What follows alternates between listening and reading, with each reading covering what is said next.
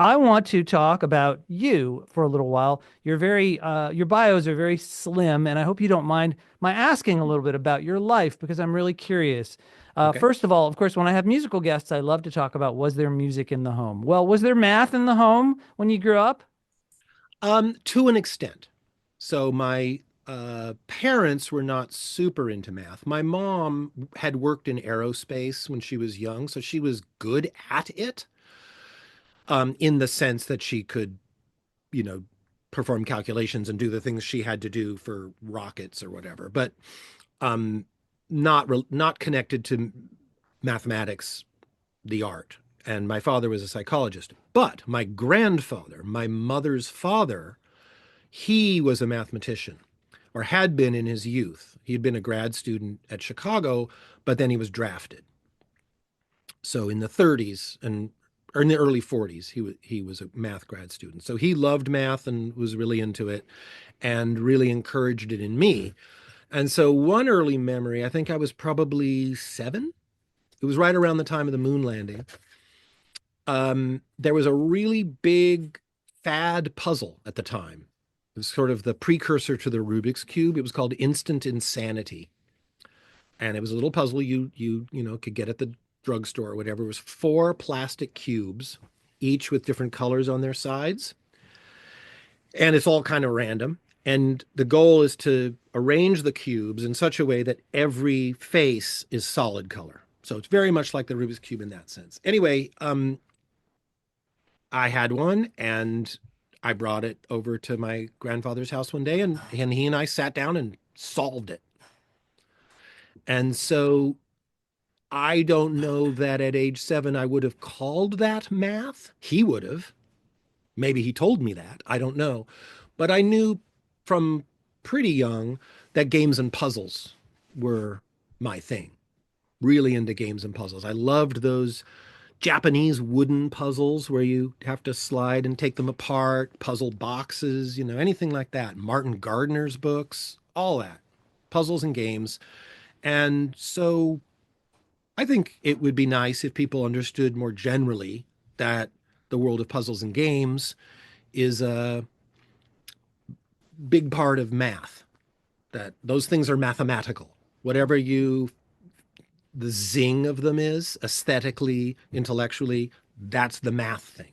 Simple beauty, deep patterns and relationships, very attractive to me, whether or not I knew anything about research mathematics or anything like that. It was just that was my way in. And So, what and part I of the think a lot country of did you? people have that sort of thing in their families.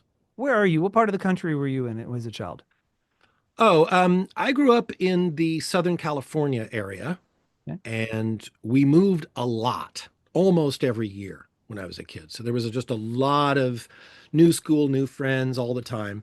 Um, we sort of finally settled around when I was in 7th grade in Santa Monica, which is a suburb of LA on the coast. So beach resort town. And that's funny because I grew up there, in the 70s. And it was a very sleepy little one-story hacienda style architecture beach town. Now it's one of the most expensive places in the world to live. It's Hollywood, 5-story, 3-lot mega mansions. My neighborhood now looks like Beverly Hills. It's so weird. But yeah, I grew up in Southern California and went to Santa Monica High School. I got, I think, ridiculously lucky. I found a group of friends when I was about 12, and these are some of the smartest human beings I've ever met in my life. And just our little clique was really an intense group of nerds. And so one thing that was really big for us in the mid 70s was the sort of dawning of the microcomputer age. Um, Microcomputer kits were around in like 72, 3. Some of the early front panel machines were out in 74-ish. The Apple came out in 75. My dad got one. And so we were programming night and day. Like, that's a puzzle. Get this machine to play hearts, for example. Yeah. And so we all, learned how to program computers, etc. And a lot of my friends just went with that. And they're now, presidents of graphic arts, you know, computer companies and work for Industrial Light and Magic and all that kind of stuff. But I kind of bailed early.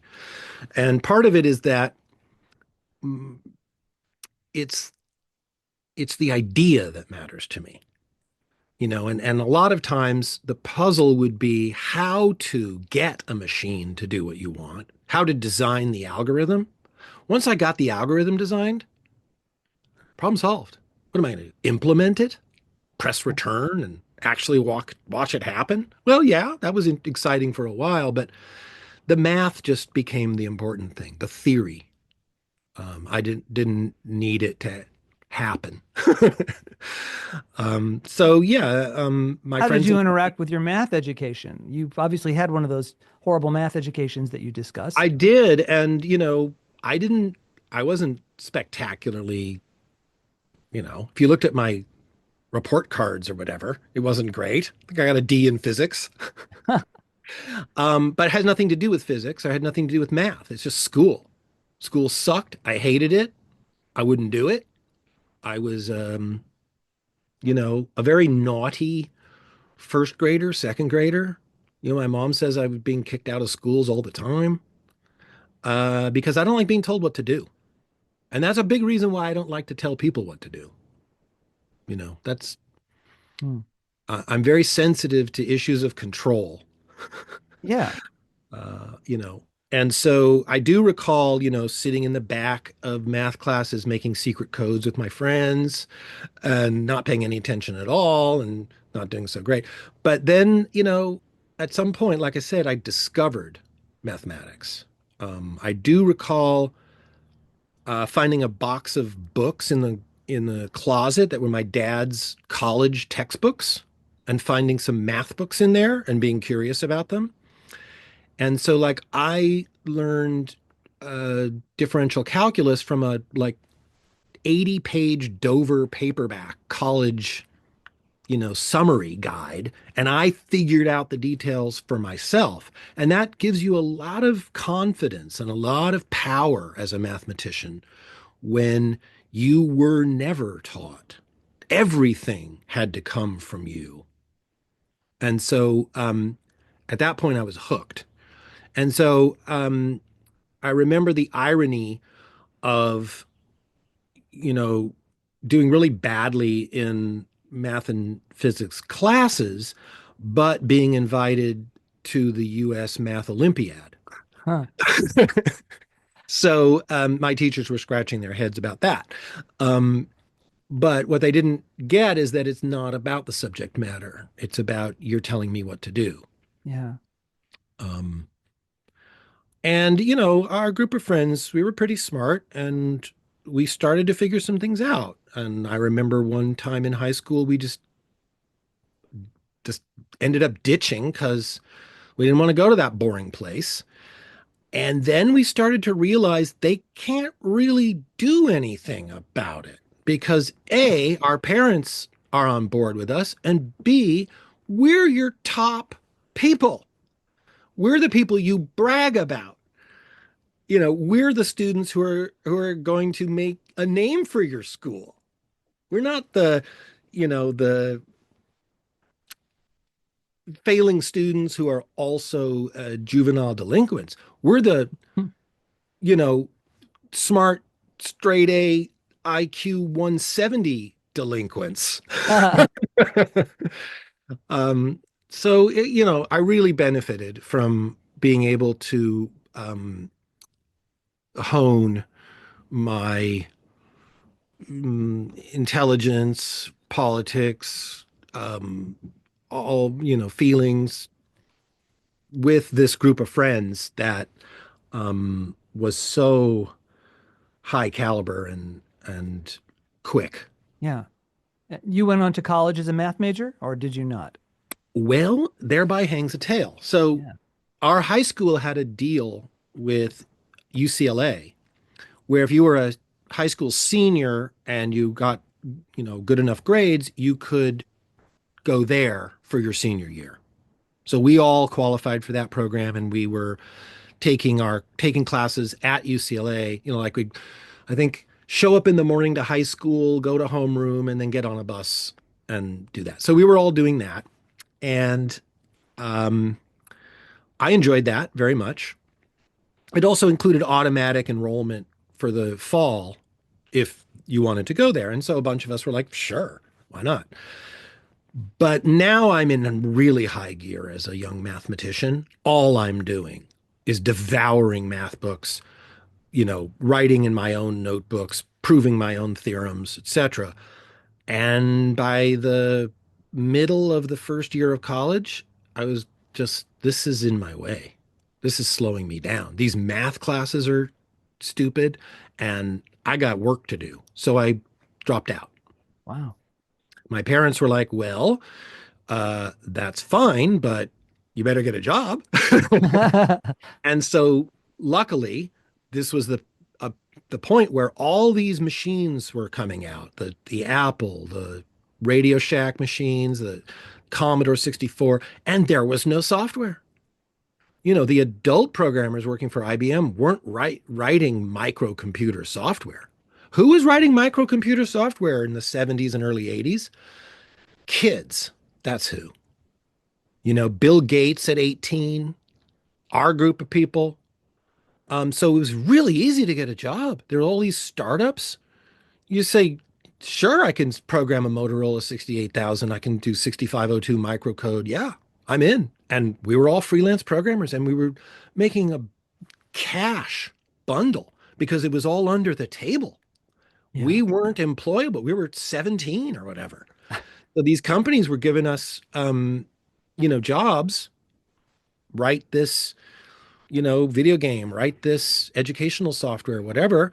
We'd stay up all night, you know, on whatever drugs and pounding these things out. We'd come in with a floppy disk, $500 in cash. Thank you very much. Yeah. So I was a mathematician by day and a programmer by night.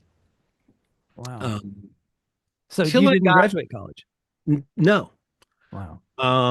By the time I got to be about 2021, I was doing a lot of math and kind of stuck with what to do about that fact. I knew there were such a thing as mathematicians. I knew there were universities. I knew there were, but um, you know, I'm a dropout. So how do I get involved in that? So I went to one of my teachers, and he pointed me to Ernst Strauss, who was a professor at UCLA at the time, and he had been Einstein's mathematical assistant in the 50s, and he was a wonderful man. Um, Great, funny, Palestinian Jew, uh, friend of Einstein's and Gödel and lots of eminent mathematicians and physicists at Princeton, and loved to mentor young mathematicians. And so he was totally excited. And I think I surprised him a little bit. Like he would give me problems to work on, and I'd come back and actually solve them. And so we started publishing papers. And he said, "Well, this is absurd. You should get a doctorate and do this." And so he and his friend Paul Erdős, who's a fairly well-known Hungarian mathematician, they kind of strong-armed the UCLA math department into saying, "You want this kid, believe me." And so I started as a grad student with no BA. Wow. And you might say, "Whoa, that's so unusual." It's a little less unusual in math than it might be in other subjects.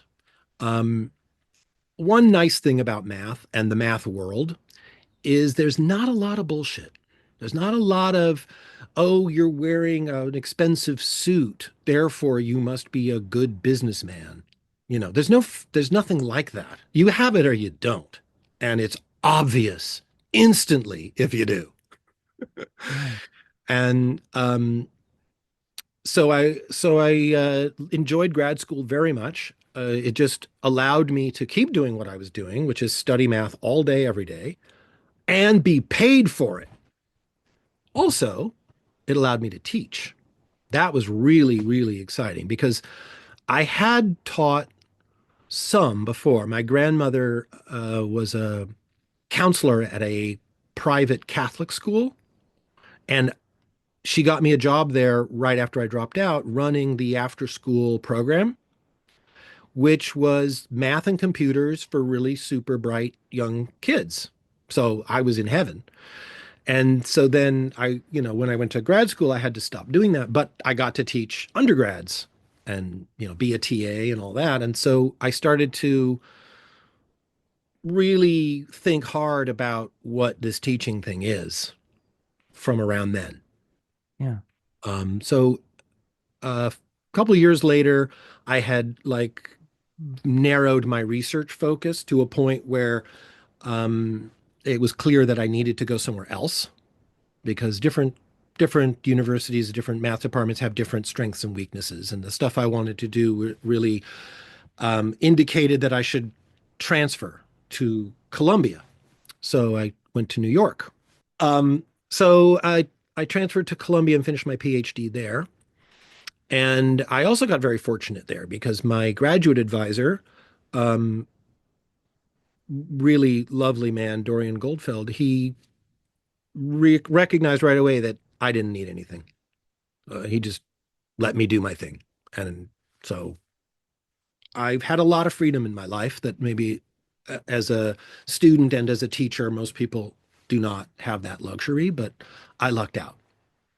And so my first job, professor job was at Brown University. That was really, really a fun time teaching grad students, doing collaborative research, which I really hadn't done all that much since Strauss. Um, so totally high point. That's also when my kids were born. And so young professor in Providence with two small kids and having a great time. My wife was in the film business. So Providence, Rhode Island was not quite as nice as New York City. So we had to like figure out how to manage this math professor, film editor marriage. And so that we moved around a lot. And so eventually it brought us back to New York some years later. And by that time, I was getting pretty disenchanted actually with academia. I was starting to realize that it is not an ivory tower at all. It's a real estate development corporation, and you are one of the many funding streams. Hmm. And your job is not to uh, inspire or to reveal the deep secrets of mathematical reality. Your job is to bring in money. If you don't, you're gone. And it's like, uh-uh, sorry. I don't know if it's the fact that I grew up in Southern California in the late 60s, that the musical Hair was my Bible as a child, or what, but I was counterculture enough to say I'm not going to be part of this system anymore. And so I quit. And um, didn't quite know what I wanted to do, but my landlady in Brooklyn had sent her kids to this kind of interesting private school in Brooklyn called St. Anne's School. And she said, "You should go talk to Stanley. He'd like you." And so I did. And he hired me instantly. And so I got to work with really young kids, really young kids. I got to work with kids aged 4 to 18. Wow. And I taught every level in between and just loved it. And so my day was a wide variety of teaching, you know, some really interesting advanced mathematics to some of the top seniors in the school, introducing 4-year-olds to mathematical games, talking to sixth graders about infinity. It was just 20 years of absolute fun. I enjoyed every second of it. And so by then, my ideas about math and teaching were pretty well developed. And I had started measurement Well, let's for a go back class. just a second. You're Yeah, skipping. You're skipping something. I'm skipping. At some point, you wrote an essay called A Mathematician's Lament. That's right where I was getting to. Okay, So, okay, because the book uh, came later, right? yeah, measurement was written first, but published second. Oh, I see. So I was in Vermont in 1997 on a vacation, and we got iced in. We got snowed in. It was a, 6 foot. We couldn't open the doors. So I'm in a cabin for however long, and I just started thinking about, well, all I do is complain about school and how it sucks and how these math books suck, and it's all what put your money where your mouth is, pal. What would you want a math book to be? And so I have a really great a legal tablet, yellow pad, which is all my false starts at how to start the math book that I wanted until it hits the one that ended up being measurement. And so that was written for a group of seventh graders. I never thought it would be published. It was just a handout. It was a set of handouts. And around that time, this is like 2002, Stanley Bosworth, the headmaster at St. Anne's, came to me and he said, I'm writing a book. I'm writing a book about our school, and I want you to write the math chapter. That was it? And I said, okay. Huh. And so, summer came and I thought, all right, what do I have to say about math and kids and school? And it just flooded out of me. A mathematician's lament. There's no outline for a mathematician's lament. There's no false starts. It just came. I don't think it was a dream exactly, but those things that are half dreams, Yeah. like you kind of just Dream state. dream state, the painter metaphor came to me, Yeah. and I got up and I grabbed a piece of paper and I just kept writing. And so the original essay, I don't think I can say it was written at one sitting, but it feels almost like it was. Yeah. And so I gave it to him, and he said, "This is too good. This is too powerful. You have to forget my stupid book. You have to get this out there."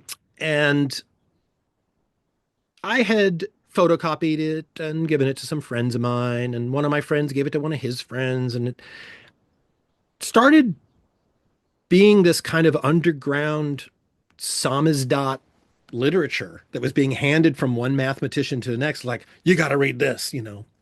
He said it all. He said it so clearly, or whatever. And eventually it got to Keith Devlin, who has a column for the Mathematical Association of America. And Keith wrote to me and said, can I post this?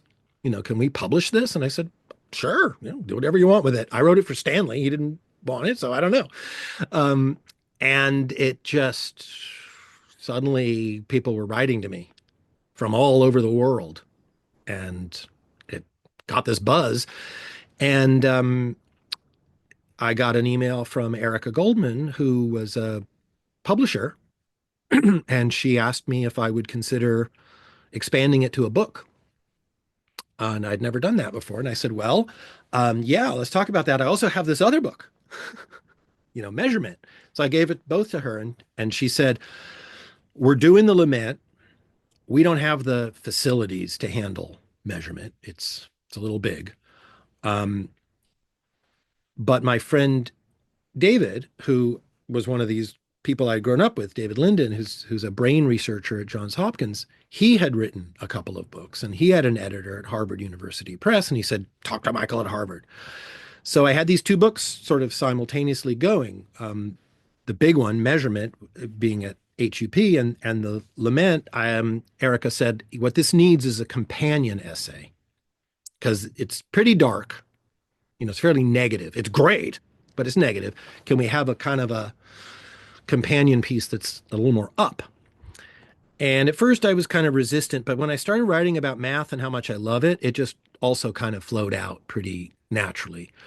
And so I was really happy with The Lament and really surprised that it was so well received. In fact, all I ever think about with these books is how am I getting away with this? They're letting me do this, you know. Um, so that's kind of how it all came about. And then um, the new book is a little different.